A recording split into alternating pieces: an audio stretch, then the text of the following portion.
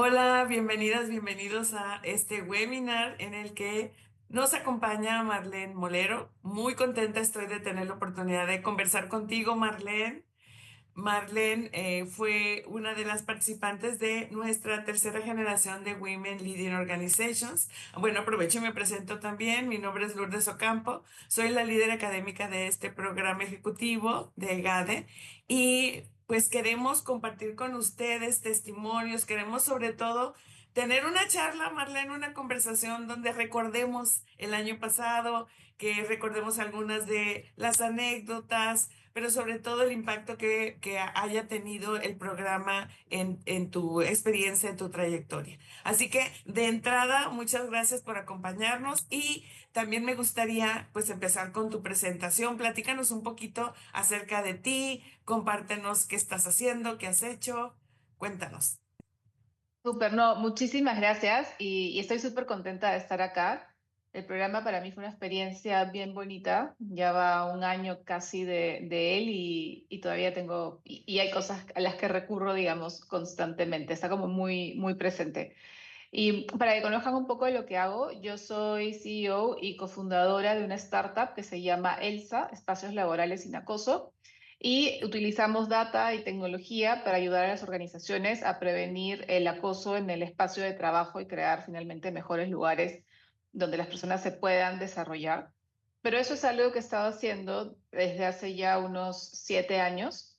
Y antes de eso, yo fui socia de una firma de abogados bastante grande en Perú. Entonces hice como unos 15 años, un poquito más, de trayectoria legal, laboral, de formación de abogada en este mundo de firmas legales.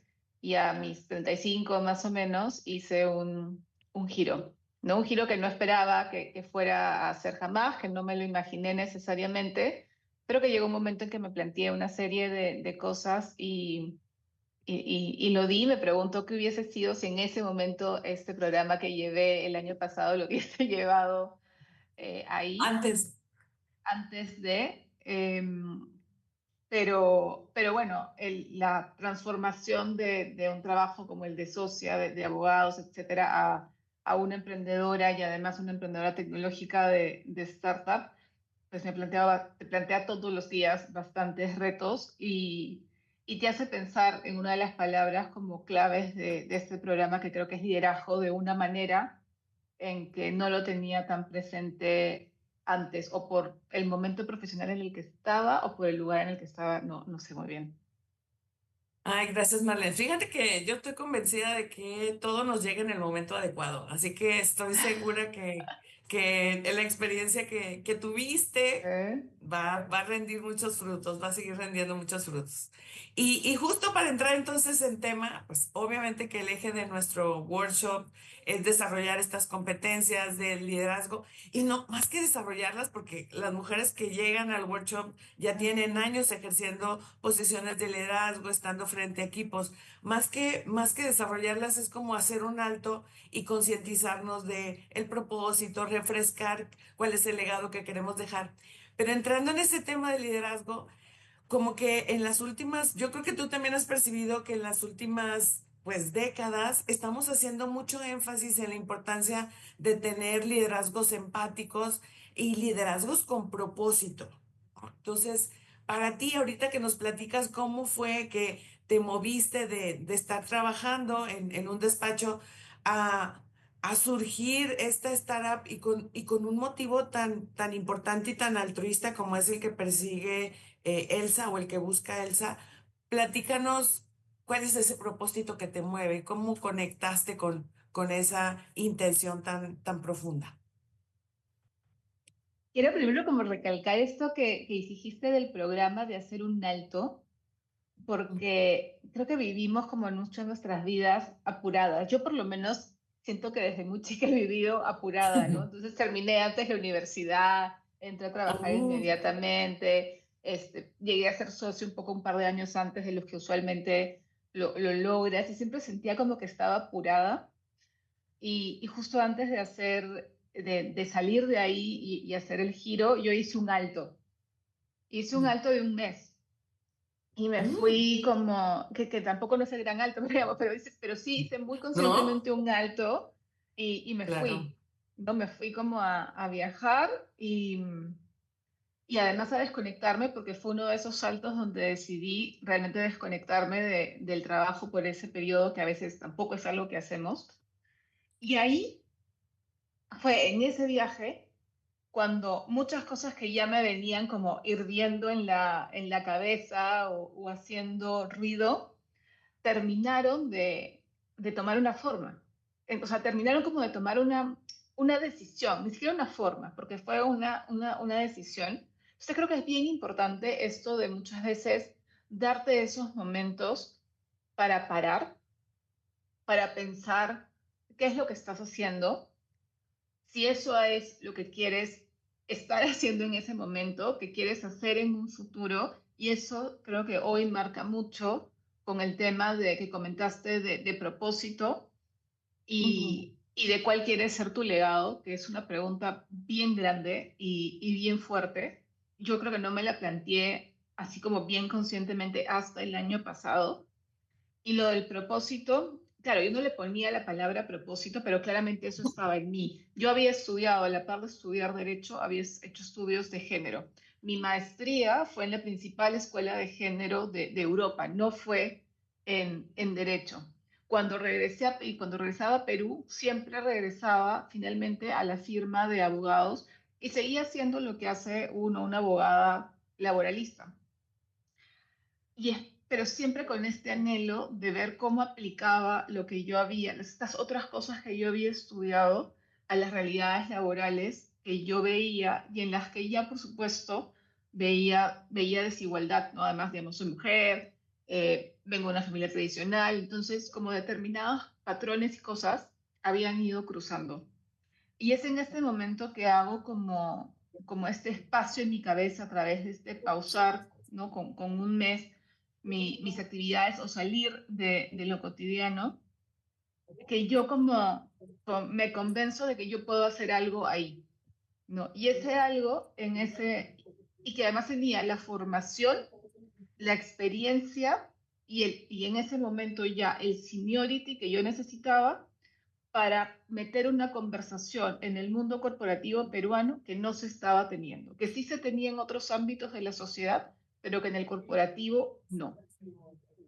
Y me acuerdo Ok. muy clarito, ya en mi viaje de regreso a Perú, empezando a coordinar un primer desayuno que hizo en ese momento la firma sobre temas de igualdad de género en el trabajo e invitando a clientes. Y ese fue el punto de ignición que luego lleva a que yo diga, yo esto es lo que quiero hacer. Yo acá es donde aporto un valor diferencial, lo que claramente me mueve, con lo que yo creo que contribuyo, con lo que además creo que estoy en una posición especial para poder como hacer por estas variables que comenté y que si yo me quedo donde estoy, que es esta teoría del burning plate que nunca había escuchado para entonces, pero si yo me quedo donde estoy, todo esto no lo voy a poder hacer.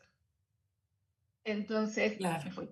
Entonces, entonces un día dije, Es se acabó, fue, y me fui.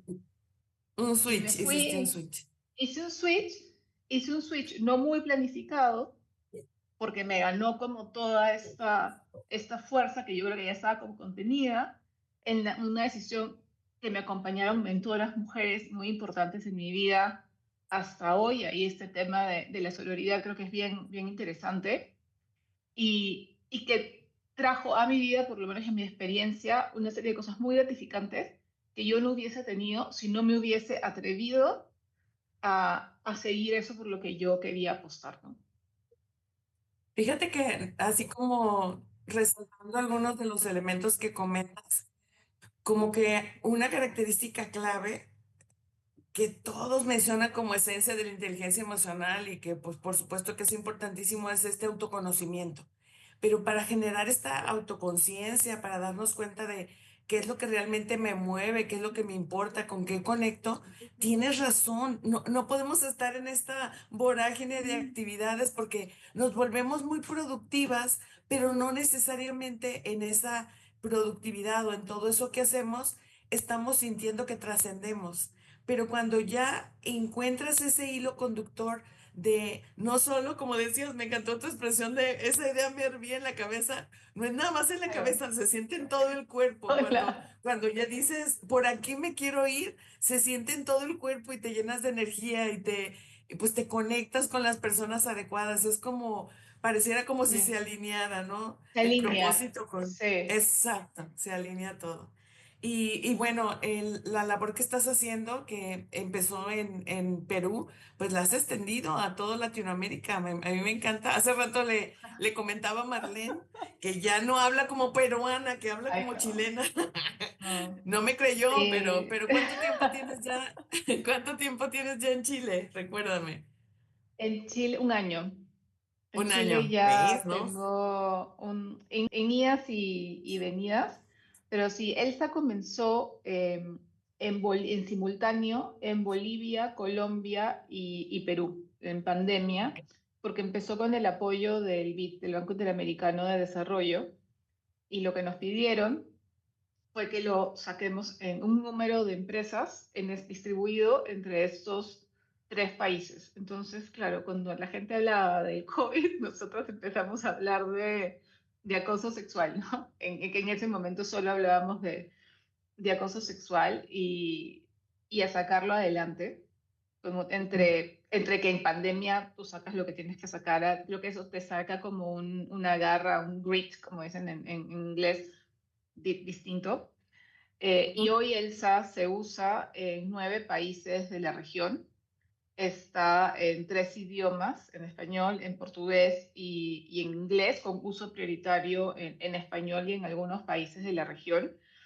Y hemos dado a la región la muestra más grande y a mayor profundidad que existe sobre el acoso sexual en el trabajo. Estamos ahorita organizándonos para hacer lo mismo con otras formas del bullying o en el trabajo también para contribuir también desde ese frente. Pero sí es una herramienta que toca un tema difícil, Muy que, difícil. que es difícil, que es como tabú en muchas organizaciones o que pensamos resuelto con la existencia de canales de denuncia o líneas éticas que todas las grandes empresas tienen, pero que la academia desde la década de los 60 considera una fuente de información muy pobre. Claro. Entonces, tocar un tema difícil que piensas ya resuelto o que muchas veces prefieres no ver, te plantea también muchas otras preguntas de cuál es su rol ya dentro de una organización, cuál es su rol con las personas de esas organizaciones. Y eso te plantea preguntas más grandes de tu rol también en la sociedad, ¿no? Y claro, también ha sido un reto, Elsa, y es un reto fuerte, Elsa, el, el de entender las distintas culturas, que no por ser latinoamericanas todas somos muy homogéneas, entonces entender cómo llevar y abrir y mantener esas conversaciones que te hagan permitir seguir impulsando esto en lugar de cerrándote puertas, ¿no? Fíjate que esto que mencionas de los aspectos culturales, pues lo notamos hasta en nuestros propios países, ¿no? Una región, aquí en México, la región norte, es un mundo totalmente distinto del de la región sur del país, ¿no? Entonces, no es nada más pensando en toda Latinoamérica, sino incluso adentro de los mismos entornos, de los mismos países, las subculturas que se generan. Oye, pero déjame decirte que me gusta mucho el acrónimo que hiciste con Elsa, espacios laborales sin acoso. Me gusta porque es como pues, cercano, ¿no? El nombre y al mismo tiempo como muy poderoso, clarifica desde el nombre mismo. Pero me gustaría que profundizáramos justo un poquito más en esto, desde tu experiencia pues para poder construir estos espacios laborales verdaderamente seguros, libres de violencia y donde, pues yo creo que hombres y mujeres, pero ahorita nos estamos enfocando especialmente en esta cuestión de género, donde podamos desarrollarnos sin miedo y donde también podamos liderar sin miedo. ¿Qué recomendación, qué es lo que le dices a los CEOs? Porque estamos como en este momento donde de repente hay más conciencia, sí ha habido más información que se comparte, pero como que yo lo que observo es que el tema lo tratamos como con pincitas, ¿no? O sea, incomoda tanto a hombres como mujeres, pero al mismo tiempo lo que está detrás es este derecho que tenemos todos a vivir en espacios seguros donde podamos florecer, donde nos sintamos cómodas, cómodos para conectar unos con otros. Entonces, como, ¿qué recomendaciones son las que haces o cuáles son como los pilares de este modelo que planteas? Hay una que es como siempre es mi recomendación principal y es low cost de implementar. Y es Ujú, que el acoso sexual, y te digo, ¿tú crees que el acoso sexual está bien? No. O sea, claramente pensamos que está mal, ¿no es cierto? Eso es como homogéneo. ¿Qué pensamos que es ujú, acoso sexual? Ahí vamos a empezar una conversación más interesante. Pero lo cierto es que pensamos que obviamente está mal. Y como obviamente pensamos está mal, pues no es una conversación ni que hay que tener. Todo el mundo sabe lo que no tiene que hacer. Y eso lleva al silencio. Cuando no se habla de algo en una organización, eso va a suceder. Y eso es lo que ha venido pasando con el acoso sexual o el hostigamiento sexual. Pensamos que evidentemente eso es algo que no debería darse. No hay una conversación abierta sobre el tema. Muchas veces sí existe una política de tolerancia cero, pero de esa política nadie habló y ujú, solamente se escribió y con suerte alguna vez se distribuyó, ¿no? En fin, está por ahí, en algún sitio que sabemos como su existencia, pero no ni siquiera qué dice. Entonces, una de las ujú, primeras acciones de lo que hay que hacer es hablar de que hay tolerancia cero y de qué es y de las cosas que deberíamos evitar o cuidar para entre todos las personas tener un buen ambiente laboral, ¿no? Como en general. Entonces, hablar expresamente del tema es una de las primeras y decir que eso no se permite en la organización es una de las cosas más fundamentales que quien lidera la organización debe poder hacer. Y en las capas siguientes del liderazgo, en los reportes que empiezan a bajar, también es tener mucha conciencia de repetir, digamos, ese mensaje a nuestros equipos, pero también de involucrarnos y liderar con el ejemplo. Cuando quien lidera una organización está comprometido con esto, el resto del personal se compromete también. Es igual que establecer la meta comercial y comprometerte con tu meta comercial o con un valor de la organización. Y tú eso lo comienzas a transmitir de unas maneras distintas a las que transmites otras cosas. Entonces, agarrar el tema de acoso y ponerlo como ahí y empezar a bajarlo igual. Y eso significa también que tú crees, y esto es muy de líderes ya, que tú crees un espacio seguro para las personas que trabajan contigo. claro, Entonces, muchas veces lo que decimos es, pero yo tengo una política de puertas abiertas, ¿no? Cualquiera puede venir y decirme lo que sucede. Bueno, no es suficiente. La política de puertas ujú, abiertas es equivalente al canal de denuncia, o sea, requiere que alguien tome la decisión de exponerse y de ir y de confiar además que esa persona será tomada en serio en lo que sea que dice. Pero si yo antes de eso me di cuento o me río de frases o chistes sexistas o ujú, hago comentarios que le llamo bromas homofóbicas o comento de alguna manera noticias o reels o cosas que salen en redes sociales que colindan con esto, cuando el momento, y que me parecen como niños y que no es para tanto, bueno, no es para tanto, pero en el momento en que necesite atención, alguien no va a ir a ti porque va a pensar que esto, digamos, no lo tomas ujú.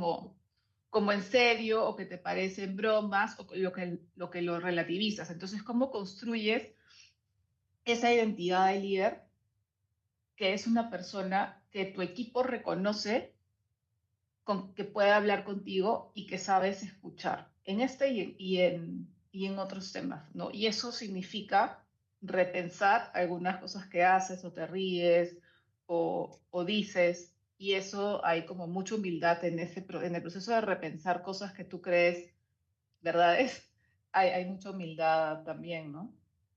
Sí, y debo, es como este camino continuo de ir fomentando respeto, que de alguna manera aprendimos de niños, de niñas, ciertos lineamientos básicos que tienen que ver pues, con la dignidad de las personas. Pero también en esas infancias, en esas adolescencias, estuvimos enmarcados en un sistema de creencias que pues lo queremos modificar, lo queremos romper, pero que ha estado cargado de estereotipos. O sea, realmente el esfuerzo de ser conscientes es una tarea de todos los días y abarca, pues en este caso estamos hablando de espacios seguros en el contexto laboral, pero en realidad... Pues en realidad es sentirnos seguros y respetar la dignidad del otro en la familia, en la calle, ¿no? En cualquier comunidad. Sin embargo, como que de repente lo hemos dado por hecho y dejamos de visibilizar, como tú mencionas, esas microagresiones que acaban no siendo tan micro o estos, pues, micromachismos, todos estos estereotipos que no porque durante mucho tiempo hayan estado en el contexto, significa que los debemos de normalizar o tenemos que seguirlos replicando. Al contrario, es como otra vez, como muchos saltitos, ¿no? De altos de darme cuenta, de Sí, concientizarme y de tener el compromiso de respetar, ¿no? Al otro. Es, sí, de hecho, está, hace poco estuve en un espacio de mujeres que ajá. juntó a mujeres de 5 décadas distintas. Ah, Y fue bien bonito, porque claro, veías los cambios y también las cosas que se tenían que aceptar y que hoy claramente se contestan y se cuestionan. Pero hubo una ujú, intervención de una de las décadas 20 que recalcó el rol que estos espacios de consejo y de mentoría habían tenido en su vida y cómo una sola hora o un consejo podían ser cosas que se queden grabadas y podían hacer la diferencia, como en ese sentido positivo. En el acoso claro, pasa igual. Si yo como líder intervengo en un momento que hay comentarios o bromas homofóbicas o comentarios sexistas o cosas que no deberían ser, pero pensamos ya que tanto así es.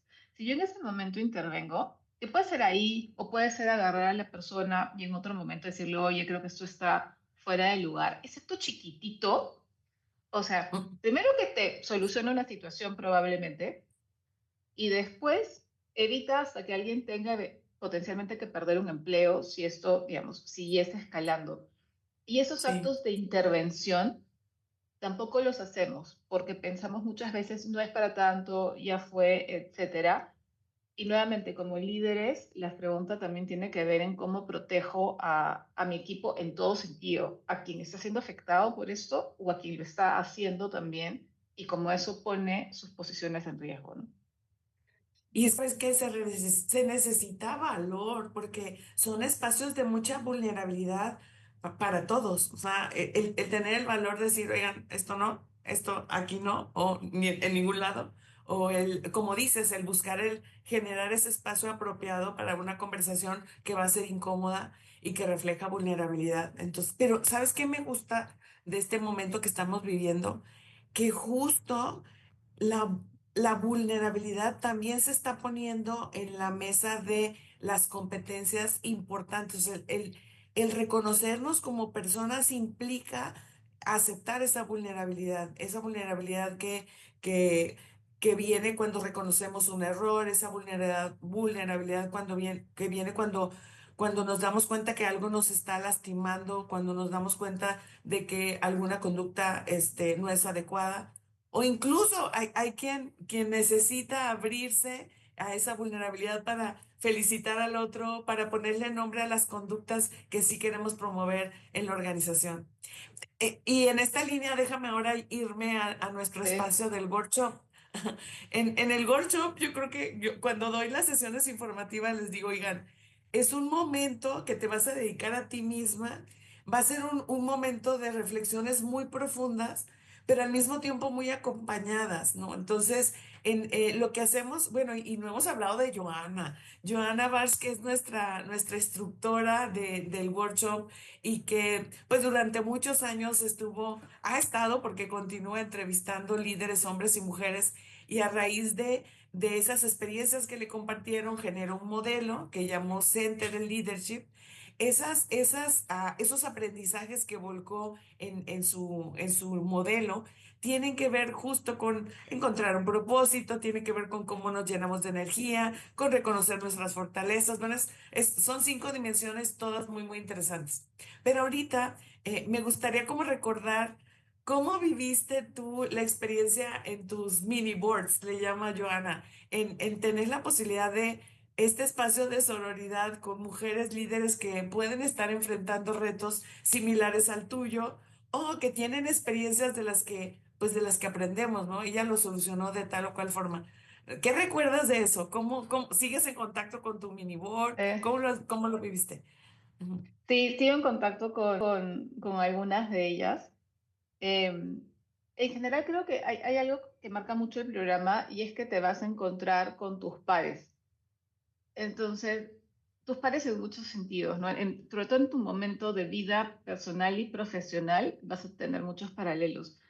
Entonces, esas Sí, conversaciones probablemente descubras que algo que te está pasando a ti o que le estás dando vueltas o que transitaste va a resonar con alguna más que esté, con varias más seguramente que estén en tu mini board.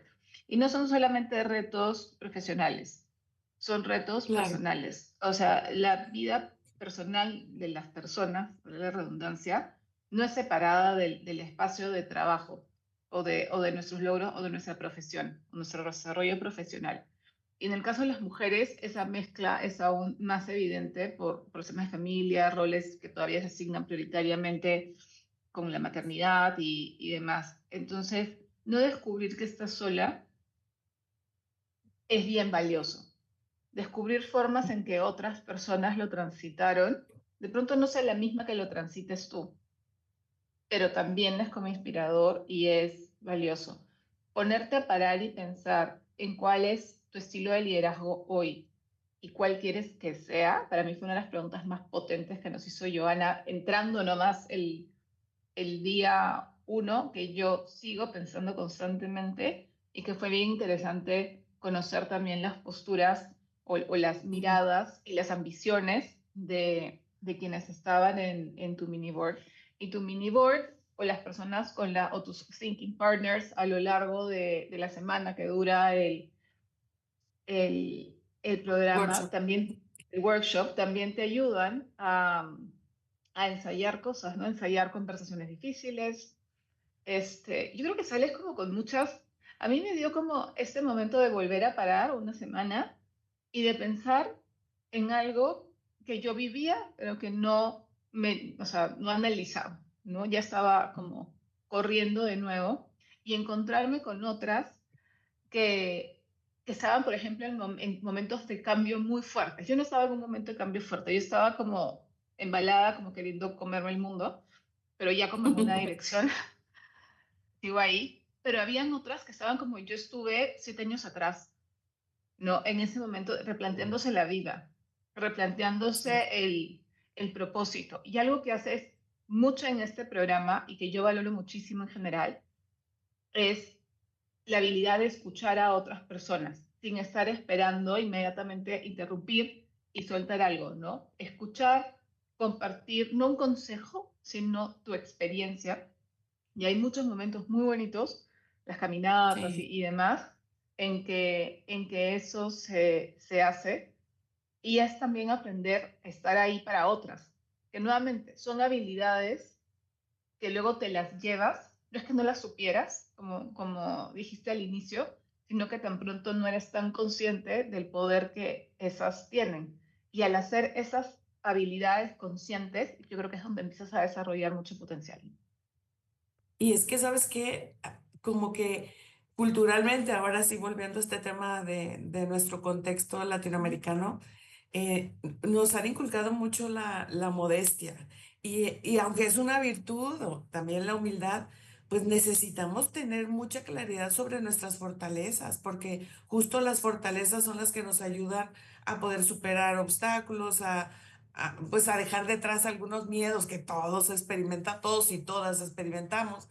Entonces, me gusta mucho cómo estás resaltando esta posibilidad de escucharnos y aprender unas de otras desde la autenticidad de lo que le funcionó a alguien más, que puede que me funcione a mí, puede que no, pero el hecho de que sea el compartir y que haya una escucha tan genuina y tan auténtica realmente me hace crecer, ¿no? Es como un aprendizaje muy adulto. Me gustó esto que Sí. comentabas. Y sí. esto, y has Oye, mencionado modestia. Modestia es socialmente aprendida y que es distinto, o sea, la humildad es como más profundo, pero la modestia en las mujeres tiene un peso que hace que no negocies tu salario, que no hables de tus logros. Y hablando sí. de Joana, o sea, su mirada acá es como bien de empuje y además es una mirada de alguien con una experiencia profesional ya de mucho recorrido, ya muy vasta, de muchas cosas que ha vivido y que además comparte, tener una líder como ella compartiendo en el workshop muchas cosas que tú dirías, no, ni me lo imagino, es bien como potente, porque esta idea, esto de la modestia te lo revuelven, ¿no? O sea, yo sí, no lo mencionan así expresa, pero yo creo que te la revuelven y me acuerdo de algunas sesiones donde hablábamos mucho de networking, por ejemplo, ¿no? Del workshop, y esa fue a mí así donde más sentí que nos revolvieron a todas, donde más nos retaron, ¿no? Nos retaron con creencias, porque hubiera muchas cosas que sí, sí, ¿no? Pasábamos, pero ahí, ¡boom! Porque pareciera que nos tocaron un nervio que nos costaba o nos dolía más. Entonces creo que también es bien interesante eso porque sí te va a tocar cosas, o sea, te van a tocar creencias que te toca analizar y ver si las desmontas o no, ¿no? Ya ese es sí, ese eras tú, pero con las herramientas para hacerlo sales. Claro. Oye, y bueno, no hemos mencionado que conociste a Joana cuando te hizo una entrevista. Joana ahorita está preparando un Sí. libro que está enfocado en cómo las mujeres latinoamericanas lideramos y ha sido bien interesante lo que encuentra en cada una de estas entrevistas. Y la acompaña, que también nos va a acompañar en el workshop, Eduardo Bolio, que también Ah, es buenas. ajá, es un consultor de McKinsey. Y están ahorita rearmando el modelo, viendo qué diferencias hay entre pues la experiencia que ella había plasmado en su libro anterior y en tratando como de desmenuzar, identificar cuáles son las similitudes y cuáles son aquellos aspectos que realmente aplican más a nuestro contexto latinoamericano. Y me encanta, voy a decir por si nos ven nuestras compañeras de generación que vas a ir a visitarla a Nueva York, se me hace padrísimo. Nos tienes que contar luego cómo les va. Sí. Pero bueno, déjame acercarme ya al cierre y para Vale. cerrar me gustaría como tener la oportunidad de que nos compartas, que le compartas a las personas que nos estén escuchando, pues una frase o un pensamiento que resuma tu propósito como mujer líder en Latinoamérica. ¿Cuál sería si nos quisieras así como, pues así, cerrar con un pensamiento, alguna... Ya sé que no te gusta dar consejos, pues, pero como algún mensaje poderoso para quienes nos escuchan, ¿qué nos dirías? Para mí hay tres palabras que a lo largo del último año y medio son muy fuertes. Sororidad, que creo que es un valor. O sea, para mí tiene el lugar, la posición de un valor. Entonces, esos momentos en que ayudas a otra, que lo tienes como muy, muy consciente, son importantes. Y lo incorporaría como un valor. Lo Ok. segundo es representación. Todavía somos pocas mujeres estadísticamente las que llegamos a posiciones de liderazgo. En consecuencia, aunque no queramos, nos convertimos en referentes de nuestras pares, de las que vienen después y de las que ya pasaron más, porque están repensándose un montón de cosas también, porque la vida hoy o las reglas hoy son cuestionadas de una manera que no lo eran antes. Entonces, como asumir ese rol de representación que también nos toca sin mucha decisión, como consciente de que quieres eso, pero, pero lo tienes. O sea, te llego con el cargo Mm, más o menos y flotar no vale. Y la última es claro. liderazgo. Y tenerlo como liderazgo, y a esto va mucho el workshop, y tenerlo muy consciente. El liderazgo es algo que vas adquiriendo, en lo que vas creciendo y en lo que te puedes ir volviendo conscientemente muy buena. Para mí los cambios en general, y creo que esta es mi frase así con la que cierro muchas cosas, los cambios son con intención. Las cosas no suceden por default. Por default sucede la desigualdad. Oh, Cualquier cambio es con intención. Entonces, ¿cuál es la tuya, no? Oye, está Yo súper cierro muy bien, acá. yo cierro muy bien. Sí, me dejaste con acá, los pensamientos acelerados. Me encanta que retomes la sororidad. Coincido contigo en que cuando estás en una posición de liderazgo y sobre todo con una influencia como la que ahorita ejerces, sí te vuelves referente, pero al mismo tiempo es esta oportunidad de generar más unión y abrirle espacios a más mujeres.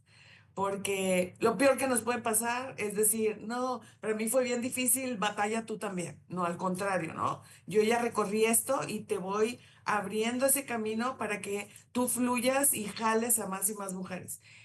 Y la sororidad se siente hermosa, o sea, Yeah. es una emoción de pertenencia, de estar en grupo, de estar acompañada. Entonces, me encanta que hayas hecho alusión a la sororidad y, por supuesto, esto que ahorita resaltas, eh, el de default no va a generar cambios, tienes toda la razón.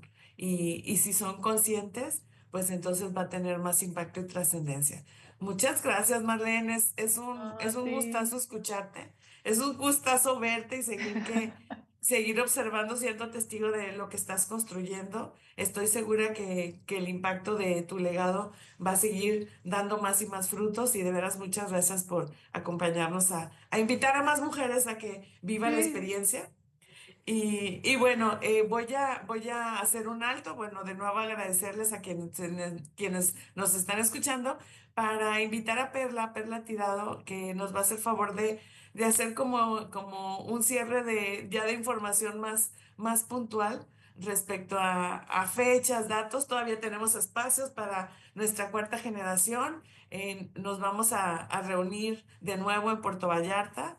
Y bueno, Marlene, tú eres testigo de que de repente algunos CEOs, algunos directivos dicen en Puerto Vallarta, o sea, van a pachanguear. Pues no, la No, verdad es no, que no. es No, un eso. trabajo muy eh, intenso en un sí, contexto muy bonito, muy de naturaleza. sí. Y bueno, sí nos divertimos, ¿verdad? Tampoco vamos a decir que no nos divertimos, pero el eje es un trabajo muy profundo. Entonces, gracias de nuevo, Marlene y Perla. Te dejo ahora el espacio. Muchas gracias a todas y todos. Gracias. Gracias. Gracias, Lulu y Marlene. Y gracias también a todos ustedes por su tiempo e interés en formar parte de esta experiencia transformadora. Mi nombre es Perla Tirado y formo parte del equipo de educación ejecutiva de GAES Business School y tendré el gusto de acompañarlas en todo el proceso de inscripción y logística de Women Leading Organizations 2025. Como ya se mencionó, esta edición se llevará a cabo del 10 al 14 de noviembre del 2025 en The Westin Resort and Spa en Puerto Vallarta, en un formato presencial intensivo de 5 días. Será una experiencia guiada por profesoras de GADE y líderes globales de McKinsey & Company. Entre ellas, Joanna Barch, pionera en el modelo de liderazgo con propósito. La inversión del programa es de $10,000 exentos de IVA e incluye hospedaje, alimentos y todos los materiales académicos. La transportación no está incluida. El proceso de inscripción es muy sencillo y puede realizarlo en 3 pasos. El primer paso es completar la solicitud de admisión. Pueden escanear el código QR que ven en la pantalla o bien les vamos a hacer llegar esta liga. El segundo paso consiste en esperar la confirmación y la carta de admisión. En caso de requerirse, podrán tener una breve entrevista. Y por último, para finalizar el proceso de inscripción, consiste en realizar el pago. Estaré encantada de acompañarlas personalmente en cada etapa, desde la solicitud hasta la confirmación final, para que el proceso sea claro, ágil y muy cercano. De nuevo, muchas gracias por acompañarnos hoy y por su interés en formar parte del programa Women Leading Organizations.